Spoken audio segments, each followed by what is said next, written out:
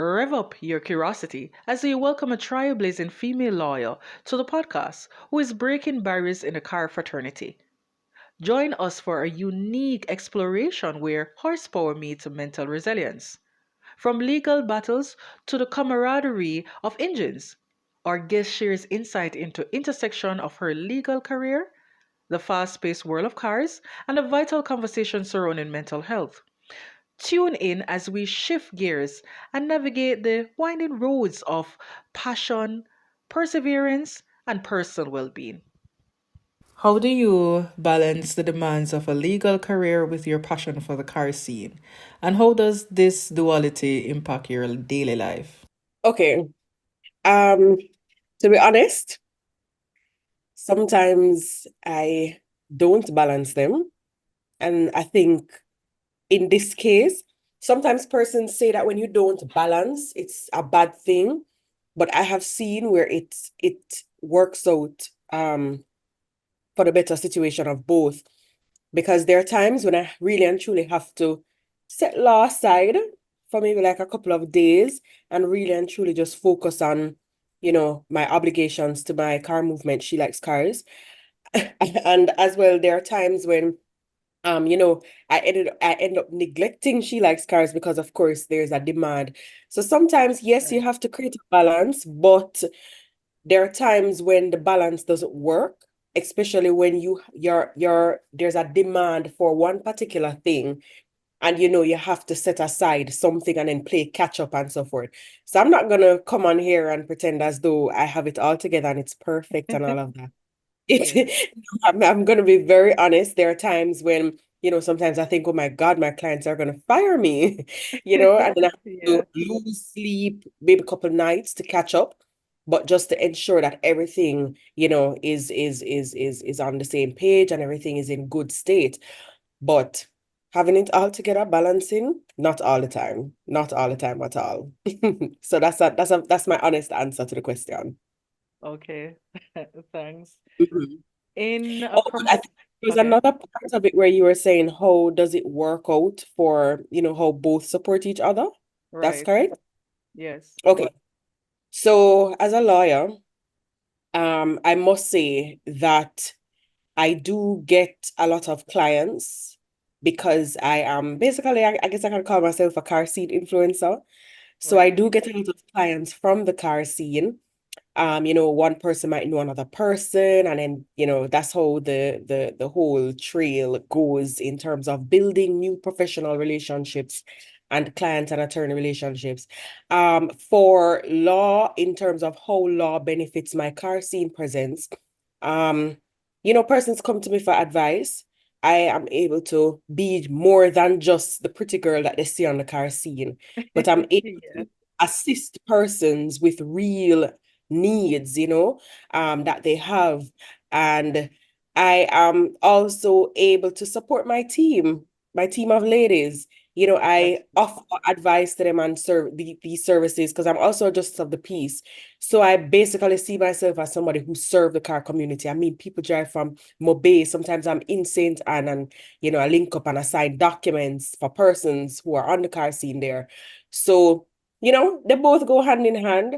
And to be honest, recently in the news, I see where sooner or later, persons will need an attorney when they're purchasing cars, used cars Oh, in particular. wow. Yeah, so, it's definitely something that I'm looking forward to capitalizing on. So, it would basically open the door for me to marry the two easily. Yes, So, people would have definitely, already been familiar with you in the car yeah. scene. A lot of times I'm judged to say, boy, she's a lawyer. Where she find time to, be in love with cars? And why is this the lawyer even in love with cars? But, for me, that's the thing that add the little flair to who I am because Right, persons yes. expect me to be about the books all the time. But guess what? This lawyer actually puts her sneakers on or her slippers and she goes on the car seat and do her thing. So, yeah. And what you've said ties in with what I'm about to ask you, because your profession is, it's a lot of high stress, high demands. In a profession known for its high stress, how do you prioritize mental health while managing the challenges of being a female lawyer involved in the automotive community?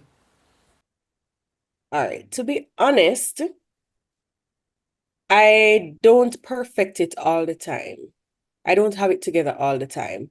Um, I have spoken to my ladies before because a lot of us go through different things, different issues, and I even have friends and the same ladies in the car group who, they suffer from depression and all of those things. And I said to them that, listen, this is what I do. I keep myself busy so I don't think about the things that depress me. Sometimes that works out, sometimes it doesn't, because when I keep myself busy, it kind of takes me away from the things that are supposed to also be soothers. So, for example, friendships and other types of relationships that are supposed to, fill that gap to help you to not feel so depressed, to not start getting all mental. Right. Um, but additionally, I have trained myself to do the opposite of what my feelings are telling me to do, or the opposite of what I'm feeling. So for example, I might feel to cry. Right. So I go on Netflix and I look for a comedy. I'm not a big comedy fan, but it helps. So so the comedy will lead me to do the opposite of crying, which is laughing. Yes. So, there are times when I feel like I don't want to go out. So guess what I do? I force myself to go out rather than to stay in the house and, you know, be feeling all depressed and all of that. I mean, I know that mental health is more than depression, but that's basically the closest thing that I have felt. And in being busy, to be honest, sometimes I feel like I'm losing it, like I can't remember stuff. I can't, so I find You're like ways in and a me. overdrive. Yes, yes, yes. And I have to step back and I'm like, do I have it together? Okay, girl, do we have it together? All Yeah. right, so here what? Let's go back to the drawing board and we're going to get it together. So I'm not afraid to step back and say, okay, you made a mistake. Step back. Do you have it together? No, you don't. This is what you did. Let's get it back together. Hmm. So that's how I manage stuff. And the truth is, I try not to lose sight of the things that I love. And to be honest, that is how the car scene actually helps me to maintain my mental health because I love cars. I love being around the people. I love, um, the joy that it brings just being there. And so anytime when I'm depressed and I have a show to host, I'm happy to go. That's I'm good. happy to go to the car shows. I'm happy to talk in my car group. So it really and truly helps me mentally. So, I just marry the two, find the joys in them, and just tie them together. Okay, but I mean, you have such a charismatic side to you. You have so many different hats that you wear. So do you feel as if, persons tend to stereotype you? Why is she so bubbly? You know, everybody just kind of chill and you're just like pushing, pursuing everything that you can pursue. So do you feel like persons tend to stereotype you? They do. They do stereotype me. I mean, it's something that females, I believe, in general, face on the car scene, being stereotyped. Hmm. But for me, though, I think at first glance, persons think that I'm unapproachable because, oh, she's a lawyer. She's probably not going to want to talk to me, probably Yes. not up to her standards and whatever. And I'm a pretty cool person, easily judged. Even with how I handle the car shows when I'm hosting them and so forth, persons think that, oh, she wouldn't do this, or oh, she don't need this, or oh, she don't. But I mean, I think persons forget that I'm human. Even in my very own car group, sometimes I have to remind them that, listen, I'm human. I'll forget things. I will, I don't have it all together. I don't have it under control all the time. But yeah, I am stereotyped. It's the good thing about me is that I'm bold about it. I recognize it and I accept it for what it is, and I find Right. ways and me address it. So persons might come and they say, oh, they probably want to call to me and it's a very timid call to, and I'm like, no man, come hug me up, man. You get me? Kind of, Yeah. but listen, I'm not that type of person who, you can't talk to, you can't approach, you can't, I'm a friendly person. I might not look it because I have a very Right. serious face. Like it comes with the profession. But Yeah. once you get to know me, and so forth, which is why I try to invite persons. Once I see that they want to know me, I will Right. open the invite them, hugs, shake hands, whatever it is. Boy, invite me to your event. I'll come. I'll support your round robin. Because I'm a very Right. supportive as well. So that is a way how I try to, because I you have to accept what it is first, and that way you're able to, find ways to maneuver it. True, that's Yeah. true. We have And stereotypes. Some, I love the fact that you're vocal about a lot of things yeah. that stood out for me. And I'm like, she's carrying something different to the car scene. She is representing something different as a female because typically you have a female trying to compete. I have a female trying to say, I think I should be here, I should be there, and I don't think I should supposed to be doing this, as I mentioned earlier on. But you're just open to anything once you know that it's something that's beneficial or something that's uplifting, which is very Yeah, good. definitely. I think so too. It's a good quality to have. And I had spoken to someone and asked them, is there anything, any type of method? Is there somebody within the car scene that actually supports people mentally? Because you do have a lot of persons say, I'm interested in the cars because this is where I channel all my fun time, my escape from all the drama, or my escape from all the mental demands of life. And coming to a car show just help me just, release all that stress. So it's like you are just the main person that represents that. And I don't think a lot of persons actually realize that you bring a whole face to the car scene. You're like everything across the board. Well, thank you. I think I probably took how I am viewed for granted. I try not Yes. to think about it because one thing that and some persons have disappointed me greatly where this is concerned, because Mm-hmm. you have new and upcoming drivers who, them just touch the car scene and so forth, and we'll have conversations and they'll be like, oh, some of them know say you're so cool, you're humble, and I say, yeah, that's it, humble. And I hope that when you're building your machine and so forth. And I hope that when you actually come on the scene, that you don't lose sight of that humbleness that you have, that That's true. basically generated this conversation, this very conversation that we're having now. But then some of them just disappoint me. They Mm-hmm. just, you're trying to invite them somewhere and it's a whole, procedure. Like, Oh why wow. aren't you humble anymore? They start coming late because they want to make an entrance and that Oh, kind of thing. that was But statement. yeah, they try to make a statement and so forth. But yeah, I I knew that I was the face of She Likes Cars, but I think I do take for granted how I impact others. And I don't know, maybe it's something bad, maybe it's something good, It but is for me, something good, but it's just your personality. I think you're just the type that you see it more of a purpose than a task to say, I have to do that and, whatever, yeah. whatever. I think it just naturally comes for you. Yeah, because I love it, and that's the thing. When you do what you love, it's so natural, and you are not the only person who feels it because you're doing it, but other persons will feel the energy because of how real it is. True. That's And true. I know that I have noticed that in particular, but in terms of others and so forth, I mean, I've heard persons say that they look up to me and they like what I'm doing, and boy, your female movement is really and truly carrying the car scene and all of that. Yeah, it's very impactful. Very, very much. Yeah, but for me, it kind of go through one ears, and it's not that I don't hear them, but Yeah. I try not to. I don't want it to lead me to be conceited, so I hear it and I show appreciation. But for me, in my head, there's still a lot to be done. If you get what I'm saying, and Yeah. that humble.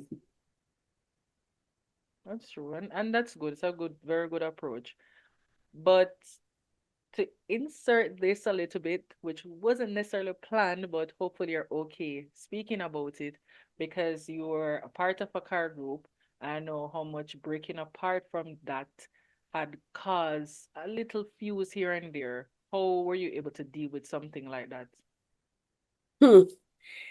Um, to be honest, being being vocal Mhm. is key. There were times and many times in my life when I have to really and truly step out from the darkness into the light to defend myself. to put things out on the table. What I've come to realize is that with social media, a lot of times people say, oh, you're not to post this, oh, you're not to say this, oh, you're not to do this, and so forth. Yeah. If it is the space where you are able to, you feel comfortable sharing your feelings, then why not? And That's true. so I have utilized that. A lot of times I get flagging for it because people are saying, oh, as an attorney, you shouldn't be, boy, Sam, you don't fit in that category and you shouldn't even be following. Sometimes you have to really and truly defend yourself. So even when you hear things being said about you that are not necessarily true, ain't nothing wrong with coming out to say, listen, this is what happened and this is why this happened. And we have to go our separate ways. And that's Right. how I was able to cope. There are times when I ended up having to be in the same space with the persons, but because I have created my own persona on the car scene. It's just, I mean, for me, it's the least because I'm loved generally. I'm loved Right. generally. I'm generally because of the work that I do and all of that. So, and I still try to maintain a good relationship with them because sometimes what I've realized, that my mother always taught me this, was that you have people, they don't like you, they're upset with you. But when you show them that good face, you are the one who leaves them with no choice and they're the one carrying the weight. You're good in yourself, because you really unbothered. Right. Unbothered. You're carrying a lighter weight than them who really and truly carrying the weight of the malice. That's true. So yeah, it was difficult in the beginning. It was heartbreaking. It did bring sadness. It did bring some level of confusion because that group actually introduced me to the car scene. But I think over Oh, a period of time, maturity, forgiveness, respect, appreciation, and that kind of thing has now set in. So we have put those things aside. We understood why, because I don't think I would have gotten this far if I was there. Sometimes you have to cut ties and make really tough decisions, really hurtful that's decisions, true. as they call it. To better yourself, you have to make those decisions for you. And in making that decision, I was able to focus on my movement and got it where it is now with the support of the other ladies, of course. That's good. So, with wearing so many hats, is Mhm. there any point in your life where you felt like you were crumbling and you were just holding on to a thread? Girl, I felt like I was crumbling 2 hours ago, right? I felt like I was crumbling this morning when I was getting up to go to work. I felt like I Mhm. was crumbling yesterday. For the entire day, I was on go slow. I felt like I was listen, there's not one day that goes by that I don't feel like I'm crumbling. Mhm. But I think for me, I have I have appreciated the fact that I'm human. A lot of times persons look at me as I just feel like they look at me like some robot, even in my very own car movement. Like they think, oh, Sammy Joe good, Sammy Joe, no, she no need. Because I remember even once I had to talk to them strong and I was like, y'all don't even check up on me. Like I'm always checking up on y'all. Y'all don't check up on me. There are times when I go to car shows and I can't even stand the next day. I can't Oh, speak. My voice. wow. Y'all don't even call me and say, boy, you're good. Because everybody have it in my head, so I'm good. Right? They think I don't need anything because Sammy Joe have it all together and whatever. But because they see me that way, I took it upon myself to say, okay, so I guess you're probably the only person in the world who is going to know that you're human. You cry, you get depressed, you get sad, you do need things. You don't always have it together. And on top of that, I'm at the point where that is okay. Right. So I might feel like I'm crumbling and I allow myself to go through it because guess what? I'm human. I don't beat up on myself and say, listen, Chaman, you're strong. I mean, yeah, I'm making myself the talk. But, Yeah. I accept that, listen, you're human and you're gonna feel sad. You're gonna crumble. You're gonna make mistakes. You're gonna, you know, and you're gonna have to go through the feelings. At least you know so the feelings them work. you know. That's true. But yeah, that's how I deal with it. I don't always have it together. I feel like I'm falling apart all the time, dribbling everything. Sometimes I feel like I can't manage. Sometimes I feel like I need to drop some stuff. But let me say the last point to that. It's important the people that you have around you as well. True. Because That's very there are true. times when I feel like I'm falling apart, and there are like two, three persons that I know I can call. And I can tell them that, listen, just talk to me because I feel like this is happening and that is happening. And I did this today and that today. I didn't like it. It was far. I was falling apart. Yeah. So back to that. So basically, it's important that you have persons around you who understand what you do, and that you will crumble, and they will just have to be that ray of inspiration for you. So yeah, Yeah. man, you have to have a good support system. Being this busy, you need to have persons around you who understands that you're this busy and will support you. As a female professional in a male-dominated field, how has, you know, your mental health influenced your well-being? Um, Mental health, you have to be strong. You have to be strong.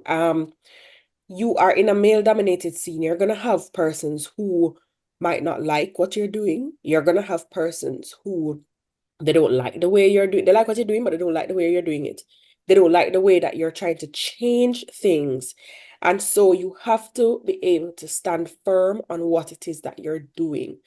And so being strong mentally, being able to speak up for yourself and, you know, ensure that you're able to justify and rationalize what you're doing, you know, it works out better for you.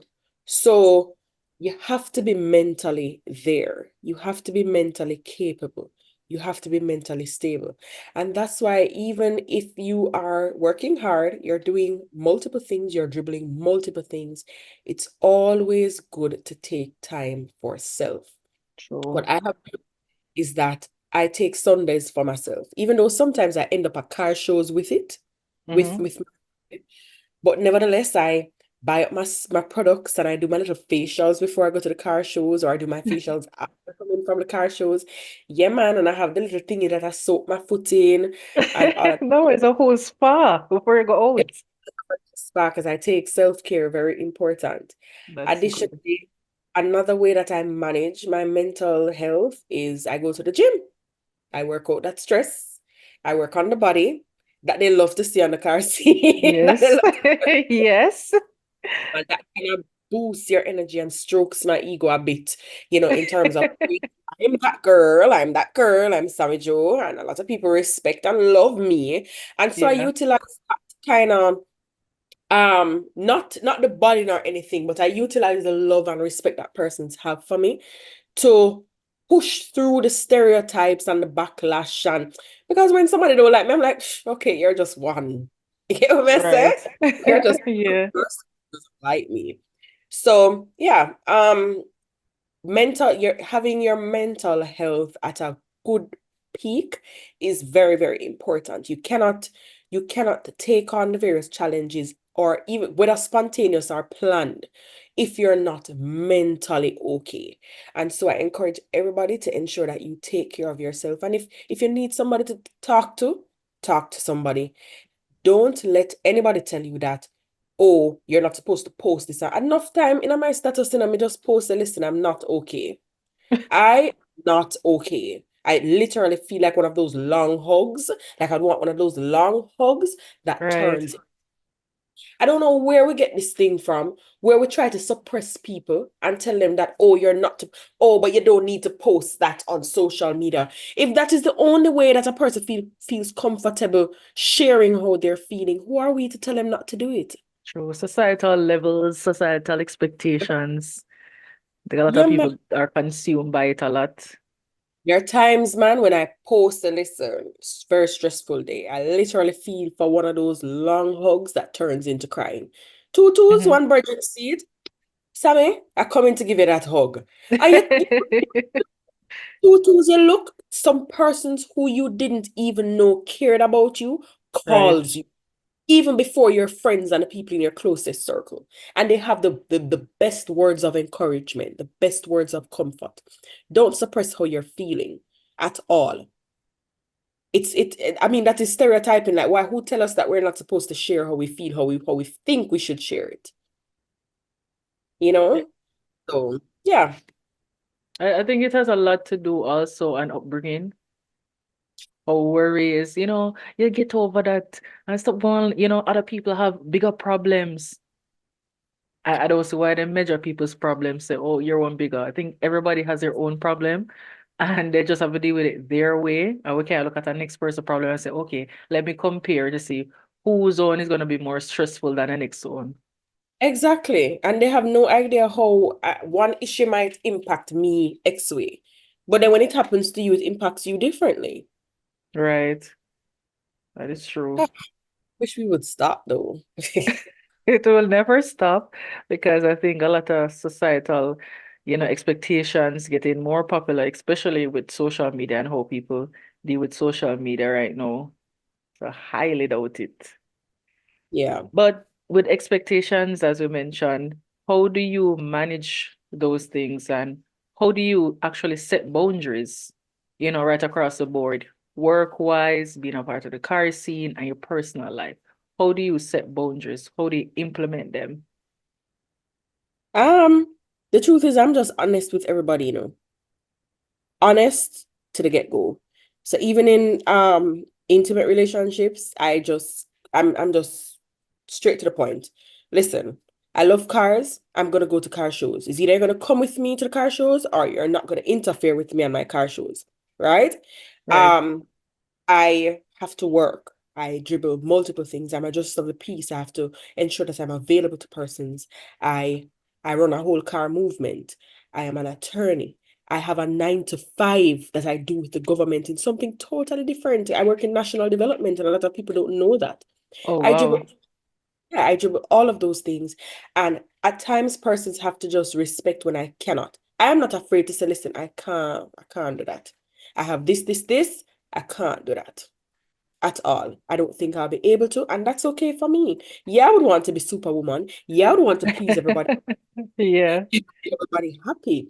But I think I've said this so many times throughout the interview that I have become okay with not being able to do certain things. I've become okay with not being okay. right, I cannot if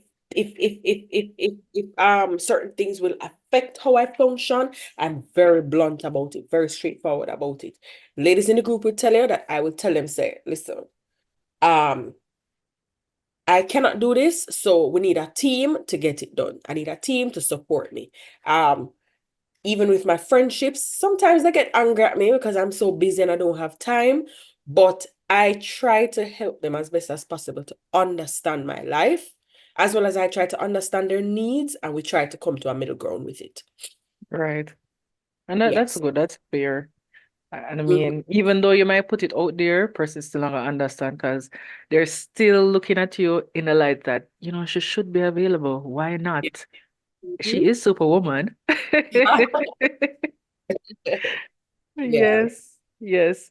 But what advice would you give to others, especially a female that looks up to you and want to do what you're doing in terms of hosting, possibly want to be a lawyer, want to have a moment for themselves? What advice would you have given them? Okay, so let me just sum up some of them that I've given before. Um, it's okay to not be okay. It's okay to share that you're not okay for your own mental health. It's okay to be confident, but still remain humble. It's okay to also um, meet people at a middle ground. Not everybody will be fully understanding to who you are and what you are. And so it's okay to also support them in that process because that will also help you in executing whatever it is that you have to execute, making it easier for you, right? Because when you get everybody on the same page, you're on the page, they're on the page, and you have that middle ground, it becomes easier for you. Additionally, there are going to be ups and downs. You're going to have to make some very hard decisions, hard decisions, decisions that will break your heart, decisions that will tarnish your reputation, decisions that will make people dislike you, right? And you have to be okay with that. Think through what the repercussions will be with your actions, and be okay with some of it, maybe not all of it, but if Hmm. it's even Because if you don't accept some of it, then you're going to be hard on yourself. You're going to beat up on yourself. You're going to sit down and fret and worry about it and then end up depressed, which is not good for your mental health. True. It's okay to not be able to balance everything. Sometimes some things have to be left behind just a little bit. And I'm not saying to neglect your stuff to the point where it deteriorates, But there are times when you have to know, say, all right, here what? There are 5 days in the week.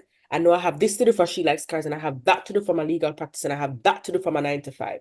So I'm gonna do 2 days for this one. I know my client never gonna cost me, but then just have to go I just tell them, say, listen, I just have to try to finish up some stuff because the truth is that I have some clients, what them things says them matter alone I have, They're my only clients. They're Oh, the only wow. relationship I have. And sometimes I have to explain to them, like, listen, I do other things and I'm human. It's okay to tell people that you're human, remind them because they'll forget. They'll forget that Wow. you're not a robot and you have multiple things doing and you have to pace yourself, right? Additionally, don't be afraid to ask for help. Don't be True. afraid to ask for help.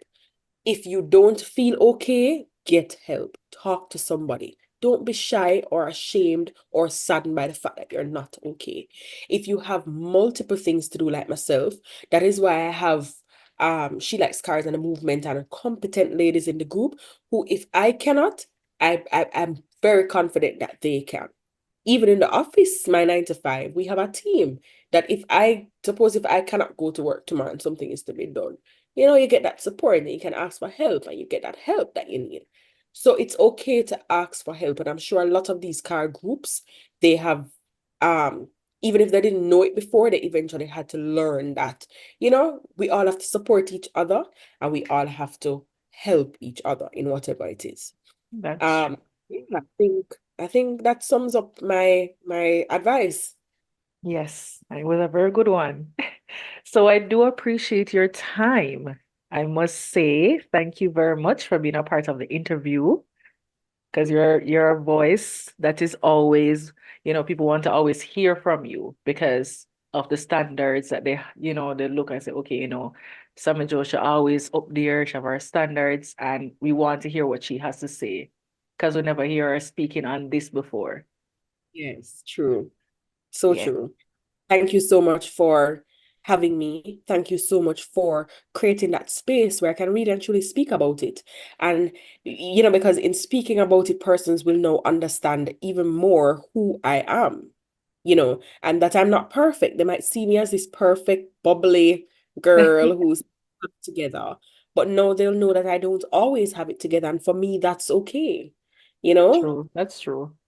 So thank you very much for You're having me. welcome.